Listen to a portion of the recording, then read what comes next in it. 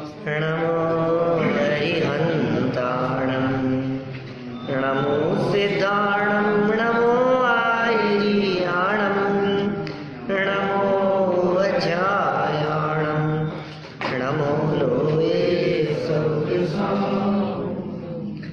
जिन स्वानुभूति से गिरी मम स्वानुभूति मदिगिरि श्री विमल धारा जन शुद्ध आनंद अमृत से भरी समता प्रभावती राधादि विकल्प तोड़ के माँ सरस्वती प्रतिभा वंदन दृष्टि निज में जोड़ के दृष्टि निज में जोड़ के। जब दृष्टि निज में जुड़ती है तभी भाव बंधन होता है। सच में इस जनवाणी के प्रति वंदन भी उन्हीं जीवों के माध्यम से हो सकता है जिन जीवों ने जनवाणी के माध्यम से आत्म तत्व की उपलब्धि की हो। बाकी तो किसे महिमा आती है जनवाणी की। आप कहेंगे साहब हमें बहुत महिमा है, तो हमारे हृदय में जो महिमा है वो महिमा बस सुनी सुनाई महिमा है।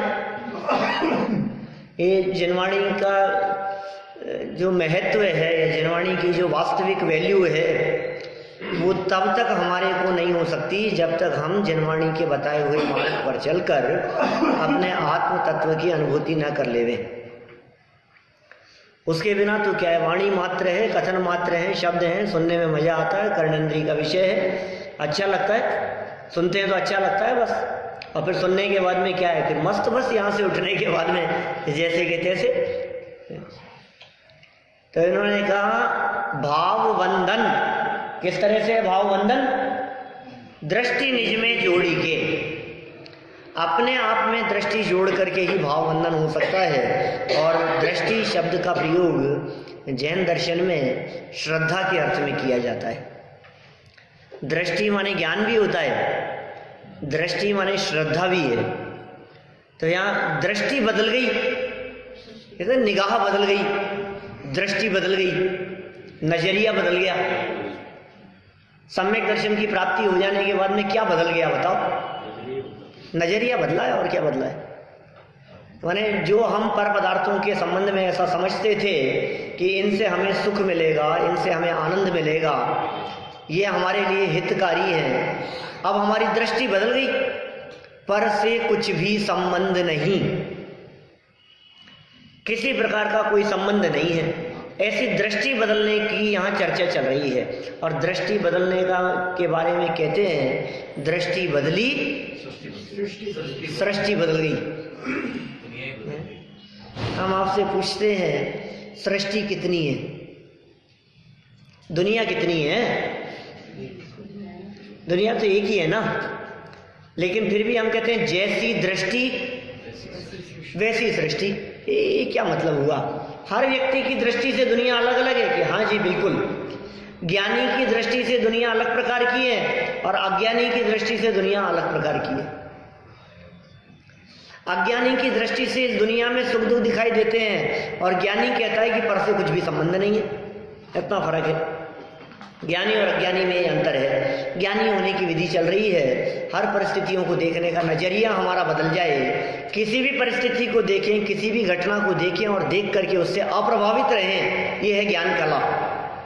ज्ञानी के पास में एक कला है, अप्रभावित रहता है। घटना घट रही है, अप्रभावित है उससे, कोई बात नहीं, क्या फर्क पड़ता है? घटनाएं घटती रहती है, घटनाएं बदलती रहती है, परिवर्तन होते रहते हैं, इससे क्या फर्क पड़ता है?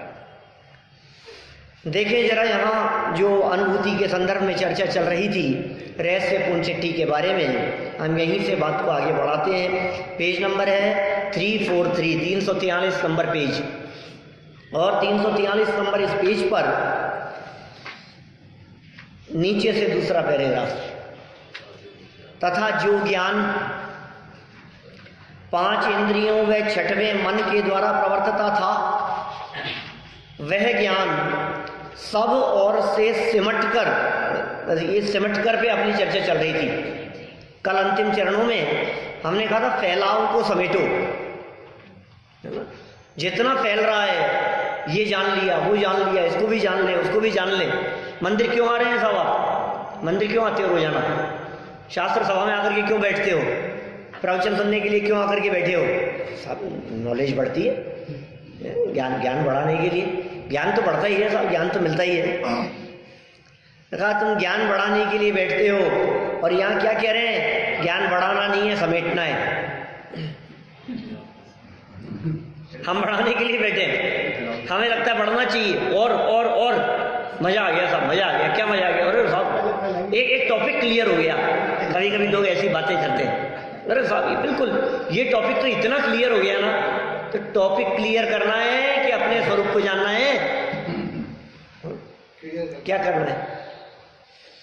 ज्ञान का फैलाव है ये। ज्ञान की तरंगे जहां उठ रही है, वहां से फैल रही है विकेंद्रित होकर के।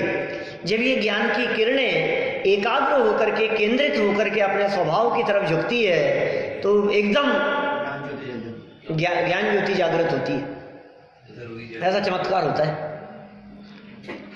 जैसे लेंस के मध्य सूर्य की किरणें फैली हुई हैं, तो फैली हुई है तो कुछ ठीक है, नॉर्मल जो भी परिस्थिति बन रही है। लेकिन यदि सूर्य से निकलने वाली उन किरणों को केंद्रित कर लिया जाए, तो देख लो आप कितने प्रयोग होते। सेकंड में आग लग जाती है। हाँ, जलाई है हम सबने, बचपन में जलाया है, लैंप लगाया, आपने नहीं जलाया कभी? हाँ, हाथ जलाते थे ऐसे, कागज जल जाता था, कागज में छेद हो जाता था, ऐसे उठाओ उसको, वो जो फैली हुई किरणें हैं वो केंद्रित होनी चाहिए और जल जाएगा वो। ऐसे ही जो ज्ञान की किरणें फैली हुई हैं, उनको लगाओ अपने स्वभाव की तरफ। तो जैसे सूर्य की फैली हुई किरणें एकाग्र होने पर, एकत्रित होने पर कागज को जला देती है, उसी तरह से हमारे उपयोग की फैली हुई किरणें जब अपने स्वरूप में केंद्रित होती है, तो कर्मों को जला देती है।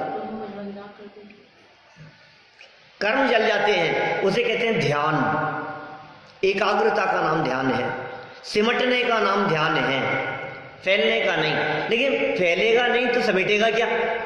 क्या कोई व्यक्ति ये बात कहे कि भोजन बनाने के बाद में जब सब समेटना ही है, क्या तो फैलाएं काहे को?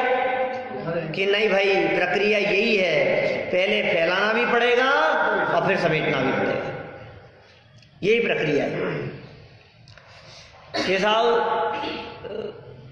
सूट सिलाना है और अच्छा सूट पीस खरीद करके लाए, बहुत महंगा है, 5-7 हज़ार रुपये मीटर का है। इतना महंगा कपड़ा खरीद करके लाए और टेलर को ले जा करके दिया, और टेलर ने नाप वाप लेकर के और सब भेज दिया। हमने कहा कब मिलेगा? बोले 3 दिन बाद। हम पहुंच गए दूसरे दिन ही, और हमने क्या देखा कि हमारा इतना महंगा कपड़ा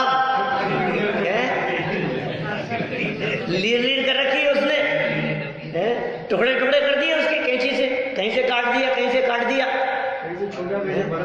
कहीं से छोटा कहीं से बड़ा। ये क्या कर दिया? सारे कपड़े का नाश कर दिया तुमने, इतने बड़े कपड़े का। कि भाई साहब आपको 3 दिन बाद में बुलाया था। क्या आप गलत समय आ गए। आप देखो, सच में यदि आप उसको बनते हुए देख लो तो आप देख नहीं सकते। क्या आपको लगेगा ये क्या कर रहा है, ये नाश कर दिया है। लेकिन प्रक्रिया यही है, उसके टुकड़े टुकड़े किए जाएं, क्या, लेकिन विधि पूर्वक। ध्यान रखना, क्या विधि पूर्वक। कहीं उसको देख करके कोई अज्ञानी ये सोचे कि मैं भी, तो कुछ नहीं होगा। क्या तो विधि पूर्वक उसके टुकड़े हो, फिर उसके बाद में वापस वो समेटे, वापस जुड़े। इसी तरह से आत्मा के ज्ञान के माध्यम से विधि पूर्वक हमने किए टुकड़े, इसका नाम है उपयोग का फैलाव। कि आत्मा में क्या क्या गुण हैं, किस तरह की क्वालिटी आत्मा में मौजूद हैं, उपादान क्या होता है, निमित्त क्या होता है, निश्चय क्या होता है, व्यवहार क्या होता है, नयों के माध्यम से, प्रमाण के माध्यम से। कल शायद चौके पे आने की बात भी की थी हमने। द्रव्य क्षेत्र काल भाव से वस्तु का स्वरूप क्या है, आत्मा का स्वरूप क्या है, ये सब क्या किया हमने, ज्ञान का फैलाव किया। अब क्या करना, ये सब फैलाव होने के बाद में समेट लो वापस। ये सब ये फैलाया क्यों था, कि फैलाया था समझने के लिए, और समेटना क्यों है, समझ आने के लिए। दो काम है, समझना और समझ आना। आत्मा के स्वरूप को पहले समझना होगा और उसके बाद में उसमें समझ आएगा उपयोग। तो समझने के लिए फैलाव होता है, समझने के लिए बिखराव होता है, समझने के लिए पूरी जिनवाणी है, समझने के लिए सैकड़ों विद्वान हैं, उनके प्रवचन हैं, व्याख्यान हैं, आचार्यों के ग्रंथ, मूल ग्रंथ हैं, उनकी टीकाएं हैं, व्याख्याएं हैं। ये सब किस लिए, समझने के लिए। लेकिन समझने में ही लगा रहे तो क्या हुआ, अब समझ लिया ना, अब क्या करना है बताओ। अब ये काम करना है जो पंडित जी ने कहा है, निज में अहम बुद्धि धारण कर, चिदानंद स्वरूप हूँ, शुद्ध स्वरूप हूँ, सिद्ध हूँ इत्यादि विचार के माध्यम से ये सहज जो आनंद तरंगे उठ रही है, देखो इन आनंद तरंगों को विकल्प के करके पुकारा। मजा आ रहा है, क्या गजब स्वरूप है।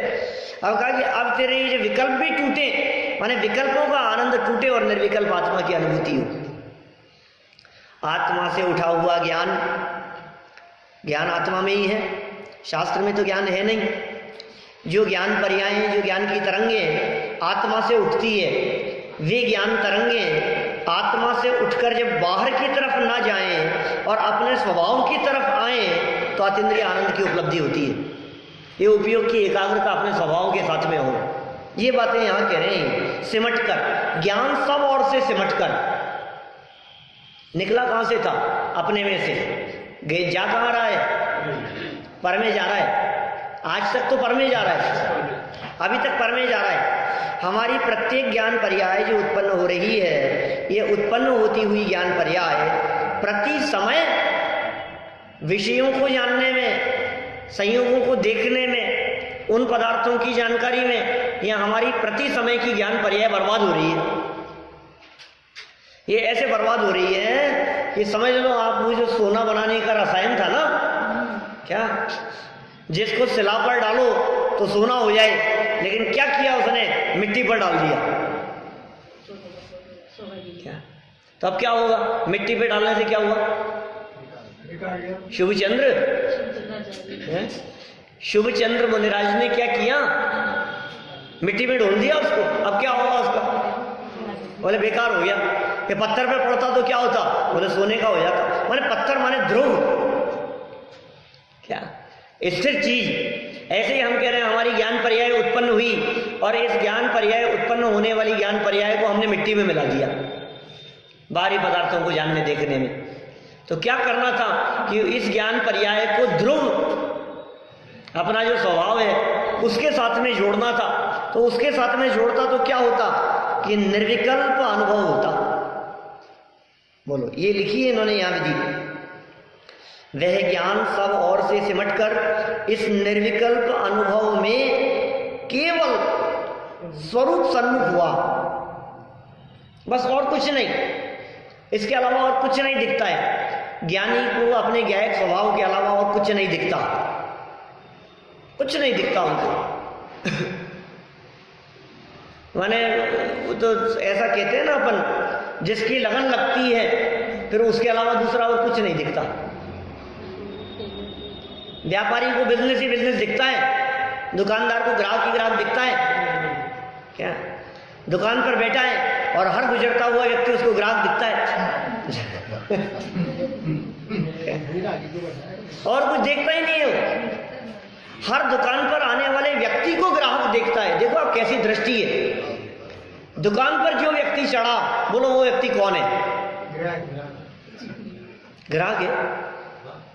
कि हिंदू है कि मुसलमान है, गोरा है कि काला है, पैसे वाला है कि गरीब है, मोटा पतला है, समझदार है कि मूर्ख है? कोई कौन है? बोलो क्या क्या समझते हो आप? कुछ नहीं। सर्वभेद दृष्टियों से हटा करके एक ही दृष्टि है। अपने लिए तो क्या है? बकरा मुर्गा नहीं। क्या अपने लिए तो क्या है? ग्राहक मात्र है। बीजेपी वाला है कि कांग्रेसी है? सब चलेगा। क्या वोट किसी को भी देता हो, क्या नोट अपने को अपने पास आने चाहिए। एक ही दृष्टि है ना। ऐसे ही हम कह रहे हैं ये जितने भेद दृष्टियों से आप देख रहे हो, सब दृष्टियों से देखना बंद करो और क्या करो, समेट लो सब और से। और क्या देखना है? एक ज्ञायक देखो बस। ज्ञानी को ज्ञायक दिखता है, इसके अलावा और कुछ नहीं। अरे हर जीव भगवान दिखता है। हर आत्मा में देखो भगवान बस रहा है। बोलो, हर आत्मा में भगवान बस रहा है। हर आत्मा परमात्मा है। हर जीव परमात्मा दिखते हैं हमारे को। हर जीव हमारे को परमात्मा दिखाई देता है। ज्ञानियों की दृष्टि ऐसी है। जो अपने आप को परमात्मा अनुभव करते हैं उनको जगत के सब जीव परमात्मा दिखाई देते हैं। जो अपने आप को अज्ञानी अनुभव करते हैं उनको जगत के सब जीव अज्ञानी दिखाई देते हैं। ऐसा नहीं होता है। जो खुद बेईमान होते हैं उनको सब लोग बेईमान दिखते हैं। क्या खुद चोर हो तो उनको सब चोर नजर आए, और खुद ईमानदार हो तो उनको सब ईमानदार नजर आए। दुर्योधन और युधिष्ठिर की तरह है। सबसे अच्छा उदाहरण है ना। उसको वही वो दिखते हैं, बेईमानी बेईमान दिखते हैं, और उसको सब सज्जन ही सज्जन दिखाई देते हैं। तो ज्ञानी को कैसे दिखेंगे कि अपने आप को कैसा अनुभव कर रहा है, कि ज्ञान स्वरूप अनुभव कर रहा है। जिसने अपने आप को ज्ञान स्वरूप अनुभव किया उसको सारे जगत के जीव ज्ञान स्वरूप दिखाई दे रहे हैं। उसे ऐसा लग रहा है जो काम मैंने ये कर लिया है यही काम सामने वाला व्यक्ति भी कर सकता है। जिस विधि से मैंने अतीन्द्रिय आनंद प्रकट किया है इसी विधि से आपको भी अतीन्द्रिय आनंद प्रकट हो सकता है। देखो क्या कहा इन्होंने, वह ज्ञान जो बर्बाद हो रहा था, वो ज्ञान जो पर की तरफ दौड़ता था, वो ज्ञान जो इंद्रियों के माध्यम से प्रवृत्ति करता था, वह ज्ञान सब ओर से सिमटकर इस निर्विकल्प अनुभव में केवल स्वरूप सन्मुख हुआ, क्योंकि वह ज्ञान क्षयोक्षम रूप है। क्या ये ज्ञान का स्वरूप क्या है? क्षयोक्षम रूप है ज्ञान। इसलिए वह एक काल में एक ये ही हो जानता है। एक क्षयोक्षम ज्ञान का ऐसा ही स्वरूप है। वह ज्ञान स्वरूप जानने को प्रवर्तित हुआ तब अन्य का जानना सहज ही रह गया।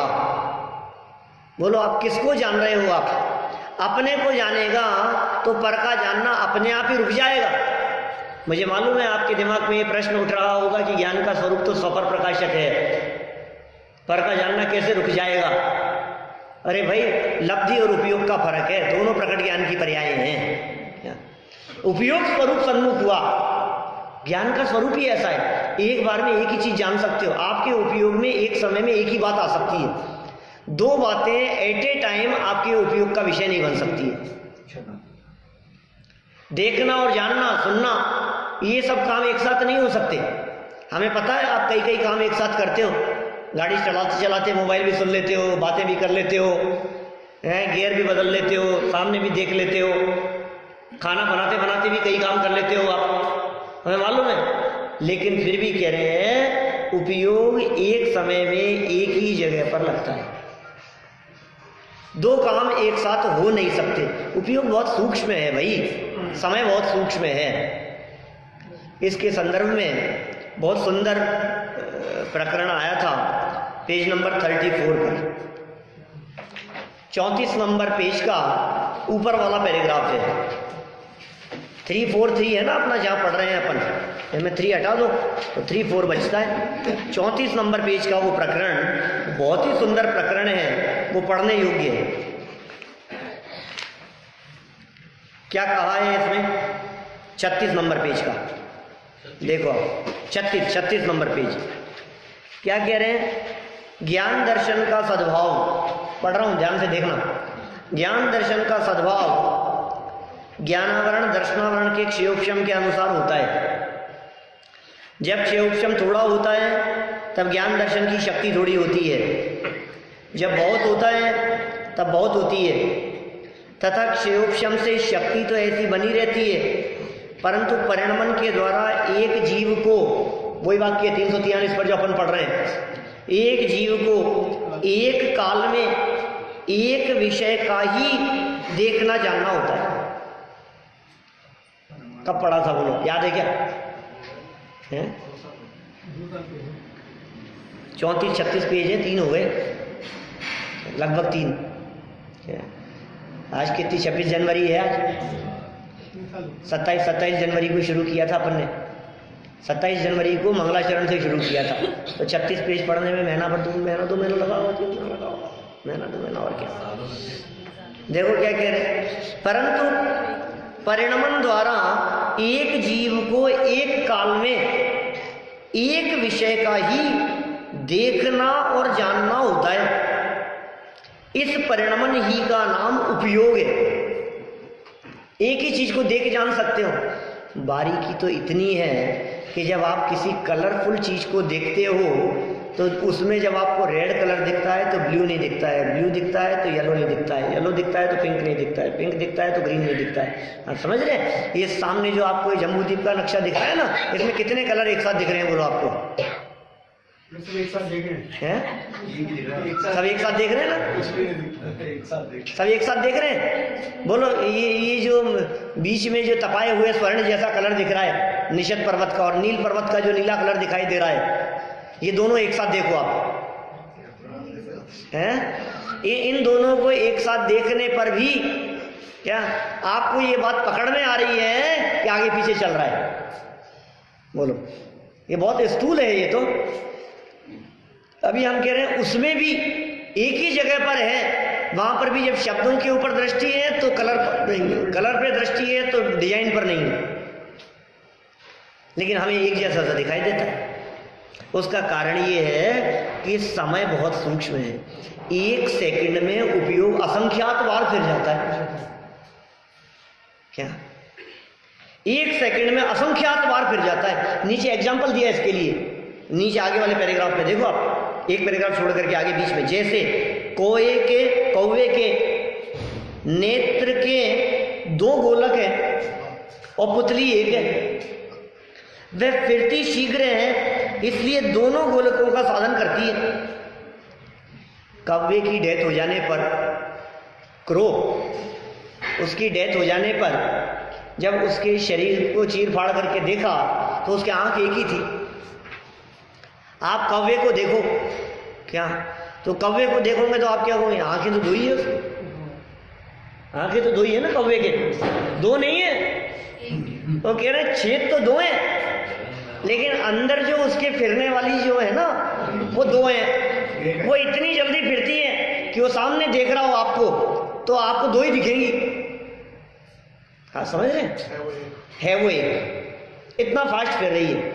हम कह रहे हैं 1 सेकंड में संख्यात 1000 कोड़ा कोड़ी आंवलियां, और एक आंवली में जगन्य युक्त असंख्यात समय, 4थे नंबर का असंख्यात, एक आंवली में इतने समय है और एक समय में उपयोग एक ही विषय को जानता है, एक ही गेय को जानता है। इसका मतलब एक विषय को देखते समय हमारा उपयोग कितनी बार फिर गया हमें खुद को नहीं मालूम। छद्मस्त के ज्ञान का विषय ही नहीं है वो सूक्ष्म समय। तो देखो जरा आगे क्या कहते हैं, ये कहाँ आ गए अपन? उसका नाम उपयोग है, पेज नंबर 36 पर 5वीं लाइन।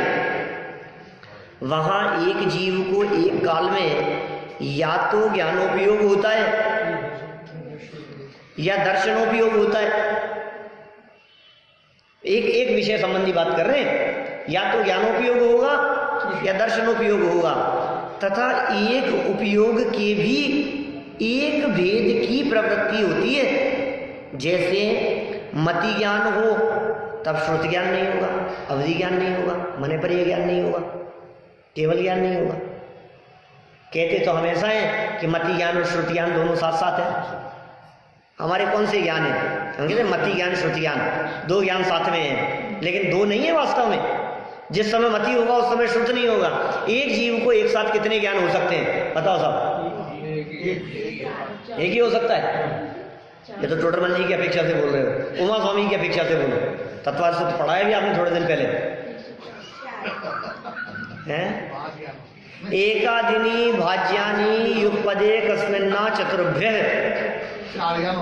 ऐसा सूत्र है। कम से कम यदि एक ज्ञान किसी को हो तो एक ज्ञान हो सकता है। 5 ज्ञान है ना, मति श्रुतावधि मने पर्याय केवलानि ज्ञानम, मति ज्ञान, श्रुति ज्ञान, अवधि ज्ञान, मने पर्याय ज्ञान, केवल ज्ञान, 5 ज्ञान है। इन 5 में से कम हो किसी को तो एक ज्ञान हो सकता है। कौन सा? मति ज्ञान। हाँ, सब गर्दन लाओ। हाँ, एक होगा तो अकेला केवल ज्ञान होगा क्या? आप देखो, अरहंत सिद्ध भगवान के एक ज्ञान और हमारे 2 ज्ञान, कैसा स्वरूप है? उनको केवल ज्ञान है और हमारे को मति ज्ञान और श्रुत ज्ञान है। किसी को 3 भी हो सकते हैं, मति, श्रुत और अवधि। किसी को 4 भी हो सकते हैं, मति, श्रुत, अवधि और मन पर्याय, 4 भी हो सकते हैं। एट ए टाइम एक जीव को 4 ज्ञान हो सकते हैं। तो भी कह रहे हैं उपयोग जब जानने में प्रवृत्ति करता है तो जब मति ज्ञान से जानता है तब श्रुत ज्ञान नहीं होता, जब श्रुत ज्ञान रूप जानने रूप प्रक्रिया होती है तो मति ज्ञान नहीं होता। ऐसा स्वरूप है। एक समय में एक ही होगा, ये कहना चाह रहे हैं यहाँ, अन्य ज्ञान में नहीं होता। देखो आगे, तथा एक भेद में भी, अब जैसे अकेले मति ज्ञान की बात करें, एक भेद, उसमें भी एक विषय में ही प्रवृत्ति होती है। जैसे स्पर्श को जानता है तब रसादिक को नहीं जानता। ऐसा नहीं हो सकता कि ये जो खीर बनी है, ये खीर का मीठापन और खीर का गर्मपना, ये दोनों एक साथ ज्ञान का विषय बन जाए। गरम गरम खीर थी, मुंह में रखी तो आपने को क्या लग रहा है? मीठी तो है लेकिन गर्म है। दो बातों को जाना ना आपने, मीठा तो बराबर हो गया लेकिन गर्म है। अब हमें लग रहा है ये 2 चीजें हमने एक साथ जानी है, लेकिन ये कह रहे हैं समय भेद है। ये सूक्ष्मता ये पकड़ में नहीं आ रही है हमारे को पकड़ में नहीं आ सकती है समय भेद, क्योंकि हमें तो क्या कहें, हम कुछ भी पकड़ में नहीं आता है। बहुत स्थूल बातें हमारे ज्ञान का विषय नहीं बनती है। मैं इस सूक्ष्मता को बतलाने के लिए कहता हूं, आपको यहां बैठे हुए 28 मिनट हो गए क्या? कम से कम 28 मिनट से बैठे हो आप। मैं तो सामने चल रही है ना, इसलिए बता रहा हूं मैं। 28 मिनट से आप बैठे हो। 28 मिनट में आपके नेत्रों की पलकें कितनी बार झपकी है? अरे पलकें झपकी के नहीं झपकी ये बताओ है? कितनी बार झपकी आई? झपकी नहीं आई क्या? क्योंकि झपकी आना अलग बात है और पलक झपकना अलग बात है क्या? पलक ना झपकी हो ऐसा तो हो नहीं सकता क्या? और मेरे कहने के बाद में तो सबको दिख गई क्या? मेरे कहने के बाद में तो सबको, 1 मिनट तो बहुत बड़ा होता है क्या? और पलक झपकने का मतलब क्या होता है? आंखों की पलकें बंद होकर के खुले, ये है ना पलक झपकने का मतलब, बंद होकर के खुले। इसका मतलब आंख बंद होकर के खुल गई सैकड़ों बार, लेकिन उसके बावजूद भी हमें ये पता नहीं लगा कि देखने में कुछ व्यवधान हुआ है। बोलो क्या पकड़ेंगे हम, क्या पकड़ पा रहे हैं? ये तो प्रैक्टिकल है कि नहीं है? बोलो ऐसा थोड़ी ना हुआ यार बीच बीच में डिस्टर्बेंस हो रहा है। हाँ मानता हूँ आचार्य ने ऐसा प्रयोग जरूर किया। दृष्ट्वा भवन्त मनिमेष विलोकनीयम नान्यत्र तोषमुपयाति जनस्य चक्षु पीत्वा पयः शशिकरः द्युति दुग्ध सिंधु शारम जलम जलनिधे रसितुं कैचेत्। दृष्ट्वा भवन्त मनिमेष विलोकन, हे भगवान आपको देखा मैंने, ये पलक झपकना भी मुझे डिस्टर्बेंस लगता है। आपको लगता है ना जब किसी चीज को हम एकाग्र चित्त होकर के देखते हैं क्या माने समझ लो आप रत्नों को देखते समय, रत्नों के पास की, तो उस समय पलक झपकाना नहीं है, पलक नहीं झपकनी चाहिए, इतनी एकाग्रता से उस चीज को देखते हैं तो वो रत्न पकड़ में आता है। तो मान गंगाचार्य कह रहे हैं ऐसी बात कि हे जिनेंद्र देव, जब मैं आपको देखता हूं तो क्या बताऊं मैं आपको, चेहरे से नजर नहीं हटती क्या? और जब मैं आपको देखता हूं तो सच है, मैं अंदर की गहराई से बात करता हूं, मैं ये कह रहा हूं कि आपको देख लेने के पश्चात अब दुनिया में किसी और को देखने का मेरा मन नहीं होता। मैं क्या देखूं, क्या हे भगवान क्या देखूं मैं, कुछ देखने लायक नहीं है, कुछ जानने लायक नहीं है, कुछ बात करने लायक नहीं है। आपको देखा, पलक झपकना भी मुझे अनिमेष विलोकनीयम, ऐसे शब्दों का प्रयोग किया है। ये पलकों का एग्जाम्पल मैंने किस लिए दिया, ये बताने के लिए कि आपकी आंखों के सामने पलकें आ जाने पर भी आपको देखने में व्यवधान नहीं हो रहा, पलकें सामने आने पर भी आपको पता नहीं लगा, इसका मतलब हमारा उपयोग कैसे बदल जाता है, हम पकड़ नहीं पा रहे हैं उसको, क्या हम उस बात को पकड़ नहीं पा रहे हैं, उस चीज को फील नहीं कर पा रहे हैं। ये बतलाया इन्होंने यहाँ, देखो वापस आ जाओ, स्पर्श को जानता है तब रसादिक को नहीं जानता। कितना सूक्ष्म है, 36 नंबर पेज पे है, 36 नंबर पेज, इसी पैराग्राफ में कहाँ आ गए अपन, डैश लगी है, वो लाइन देखना, स्पर्श को जानता है तब रसादिक को नहीं जानता, तथा एक विषय में भी उसे किसी एक अंग में ही प्रवृत्ति होती है। क्या मतलब, जैसे स्पर्श को जाना, तो कह रहे हैं ये उष्ण स्पर्श को जानता है तब रूक्षादिक को नहीं जानता। स्पर्श के भी 8 भेद किए ना मोटे मोटे, हल्का, भारी, रूखा, चिकना, कड़ा, नरम, ठंडा, गरम, ये सब स्पर्श से ख्याल में आने वाली बातें हैं। हल्का, भारी, रूखा, चिकना, कड़ा, नरम, ठंडा, गरम, ये सब चीजें टच करने से ख्याल में आती है।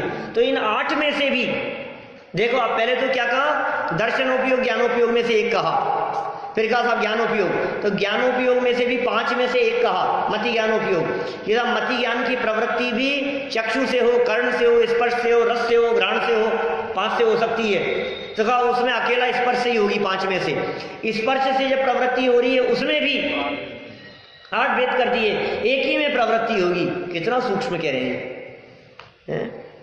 इस प्रकार एक जीव को एक काल में एक ज्ञेय मतलब जानने योग्य पदार्थ, ज्ञान का विषय बनने वाला पदार्थ कहलाता है ज्ञेय। एक जीव को एक काल में एक ज्ञेय अथवा दृश्य में ज्ञान अथवा दर्शन का परिणाम जानना ऐसा ही दिखाई देता है। जब सुनने में उपयोग लगा हो तब नेत्र के समीप स्थित भी पदार्थ नहीं दिखता। इसी प्रकार अन्य प्रवृत्ति देखी जाती है। आपके उपयोग की एकाग्रता, अरे हमने ऐसे ऐसे एग्जाम्पल सुने हैं, लोगों से चर्चा सुनी है कि उनका उपयोग गणित के सवाल करने में लगा दे रहे और पैर का ऑपरेशन कर दे रहे, बोले हमें कोई दिक्कत नहीं, बेहोश करने की जरूरत नहीं, उपयोग इधर लगाए। हमने ऐसे ऐसे पढ़ने वालों के बारे में सुना है जो पढ़ाई कर रहे हैं और बगल में से बारात निकल जाए तो उन्हें पता नहीं लगे, इतनी तल्लीनता से पढ़ाई कर रहे हैं। तो मीरा की एकाग्रता के बारे में नहीं कहते, ऐसी लागी लगन मीरा हो गई मगन। उसको एक ही चीज दिख रही है, उसको कुछ नहीं दिखाई दे रहा है, क्या उसको एक ही चीज दिख रही है।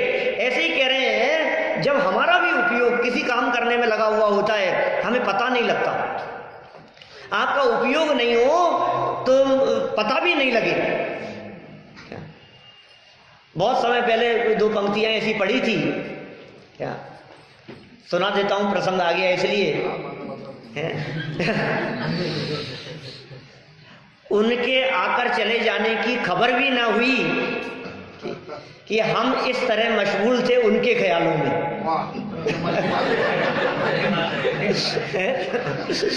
हमारे उपयोग की एकाग्रता इतनी हो किसी जगह पर कि बाहर में कुछ भी हो रहा हो पता नहीं चले हमारे।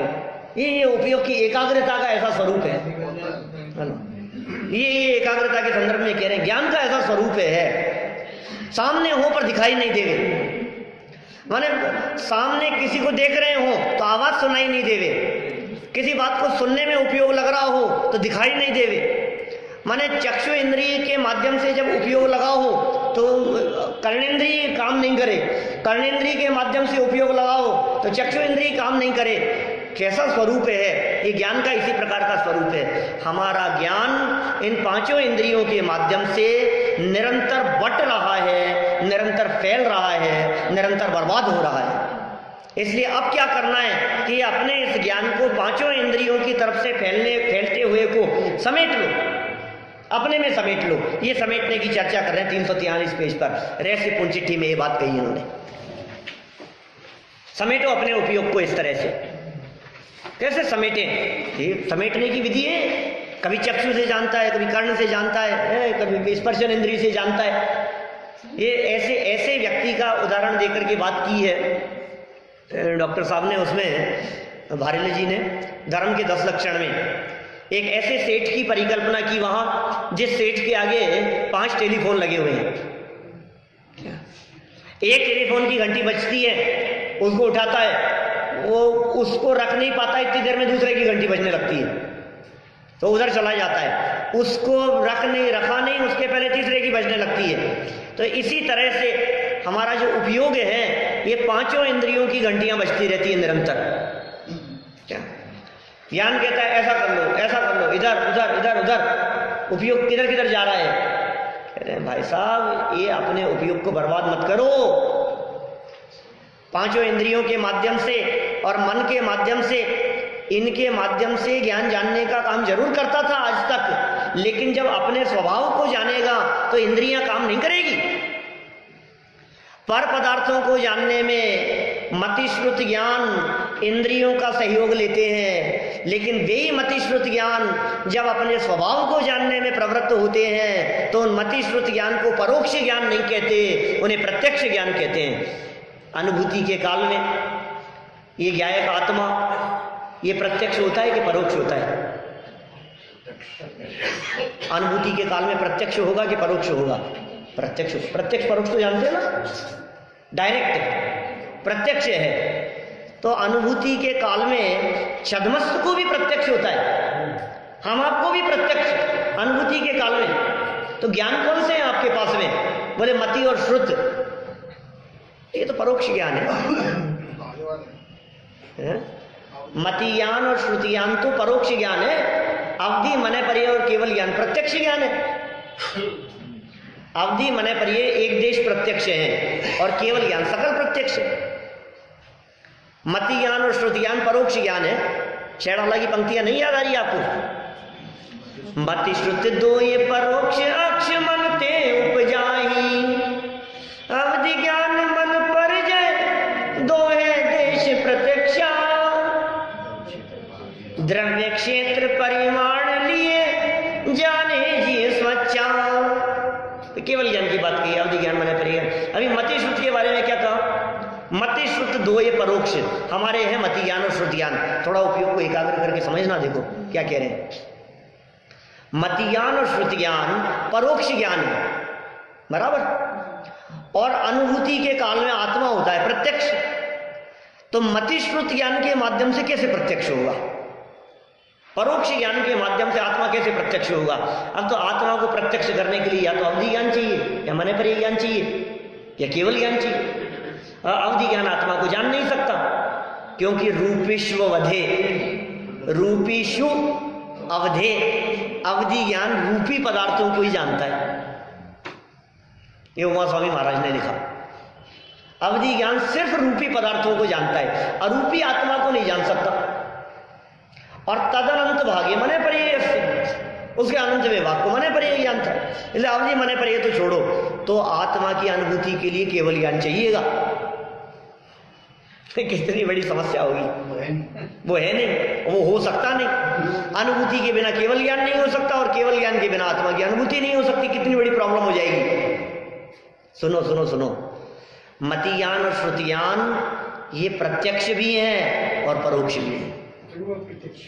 नहीं तो अब इनको प्रत्यक्ष कहाँ लिखा है? अनुभव प्रत्यक्ष की बात चल रही है। जब मति ज्ञान और श्रुति ज्ञान पर पदार्थों को जानने में प्रवृत्ति करते हैं और उनमें इंद्रियों की आड़त बीच में आती है तो ये परोक्ष हो जाते हैं। परोक्ष माने इनडायरेक्ट, है ना? डायरेक्ट इनडायरेक्ट तो आप सब जानते ही है ना, क्या पेंडल में करते ही है ना, प्रॉफिट एंड लॉस अकाउंट में अकाउंट्स वाले लोग जानते होंगे, बाकी के तो सब सीए करते होंगे काम। अकाउंट्स पढ़ी है इतनी तो बहुत लोगों ने। डायरेक्ट एक्सपेंसेस है, इनडायरेक्ट एक्सपेंसेस है। तो ये जो डायरेक्ट है एक्सपेंसेस की बात नहीं, ज्ञान जो डायरेक्ट है वो है प्रत्यक्ष, और ज्ञान जो इनडायरेक्ट है वो है परोक्ष। तो इनडायरेक्ट ज्ञान कब होता है? जब इंद्रियों के माध्यम से जानता है तो ज्ञान इनडायरेक्ट होता है।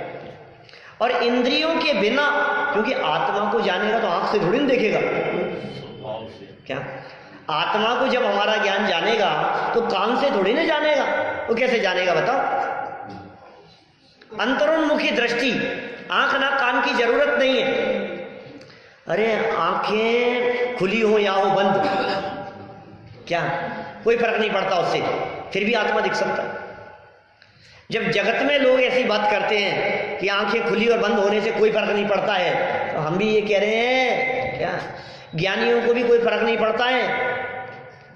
आंख, दुनिया कहते हैं आंख खोल के देख लो, हम कहते हैं आंख खोल करके देखने से आपको पर पदार्थ दिखेंगे, और आंख बंद करके देख लो झूठा है संसार, आंख खोल के देख लो। ऐसी पंक्ति आती है कोई भजनों में, हम कहते हैं साचा है आत्मा, आंख बंद करके देख लो। क्या ये आंख बंद करके भी कुछ दिखता है क्या? कि हाँ दिख सकता है। ये आत्मा का स्वरूप ऐसा ही है जो आंखों से नहीं दिखेगा। आंखों की खिड़की बंद करो, कान के दरवाजे बंद करो। स्पर्शन, रसना, घ्राण, चक्षु और कर्ण, इन पांचों इंद्रियों के दरवाजे जब बंद होते हैं और उपयोग इनके माध्यम से बाहर नहीं जाते हुए जब अंदर में जाता है तो आत्मा दिखता है, स्वरूप सन्मुख। उस समय ज्ञान प्रत्यक्ष होता है, क्योंकि इंद्रिय माध्यम नहीं है, इसलिए वो ज्ञान प्रत्यक्ष ज्ञान कहलाए। हाँ, इसीलिए कहा ना, जो ज्ञान इंद्रियों और मन से प्रवृत्ति करता था वही ज्ञान अब स्वरूप सन्मुख हुआ। वही ज्ञान दूसरा नहीं लाना है, ज्ञान नया नहीं लाना है। आपके पास में जो उसी से काम चलेगा, उधार के ज्ञान से काम नहीं चलता। किसी के और थोड़ा आपके पास में ज्यादा है, थोड़ा सा दे दो ना, क्या कोई किसी को दे नहीं सकता और कोई किसी से ले नहीं सकता। ज्ञान में से ज्ञान प्रकट होता है, शास्त्र में से ज्ञान आता नहीं है, गुरु से ज्ञान आता नहीं है। क्या गजब बात है। ये उपादान की ऐसी योग्यता है, उपादान का ऐसा ही स्वरूप है। गुरु निमित्त हो सकते हैं, शास्त्र निमित्त हो सकते हैं, लेकिन उपादान की योग्यता के बिना बात समझ में नहीं आएगी। बोलो, उपादान के बिना समझ में नहीं आएगी। कल हमने कही थी क्या ऋषभ देव की बात है? यहाँ से जाने स्मारक में कही होगी, क्लास में कही होगी, शाम को प्रवचन में कही होगी, आप लोगों ने तो नहीं सुनी। एक कही थी ना, 6 महीने तक विधि नहीं मिली। नहीं, मैंने क्लास में भी बताई है कहीं प्रवचन में, या नहीं बताई, कुल मिला के बात ये है। हम तो ये कह रहे हैं वो ऋषभ देव को जिस समय आहार लेने की उपादानगत योग्यता नहीं थी, क्या तब तक बाहर में कोई निमित्त भी नहीं था, कोई देने वाला भी नहीं था, क्या कोई आहार दान देने की विधि भी नहीं जानता था। और जब अंदर में आहार ग्रहण करने की उपादानगत योग्यता जागृत हुई तो राजा श्रेयांश को सपना भी आ गया है? सपना आ गया उसको, आहार दान की विधि जान ली, जाति स्मरण ज्ञान हो गया, भूतकाल का याद आ गया, पिछले जन्म का याद आ गया, आहार दान कैसे देते हैं, पहले ऐसे दिया था, ये विधि होती है, ये लो, इनके लेने की योग्यता जागृत होती है तो सामने वाले के सपने में भी वो बात आ जाती है। ऐसा स्वरूप है भाई। ज्ञान में जानने की योग्यता हो तो जानने में आएगा, गुरु से ज्ञान नहीं होता। समझाने वाले कितने भी हों, देखो आप ऋषभ देव जैसे समझाने वाले थे तो मरीचि नहीं समझ पाया।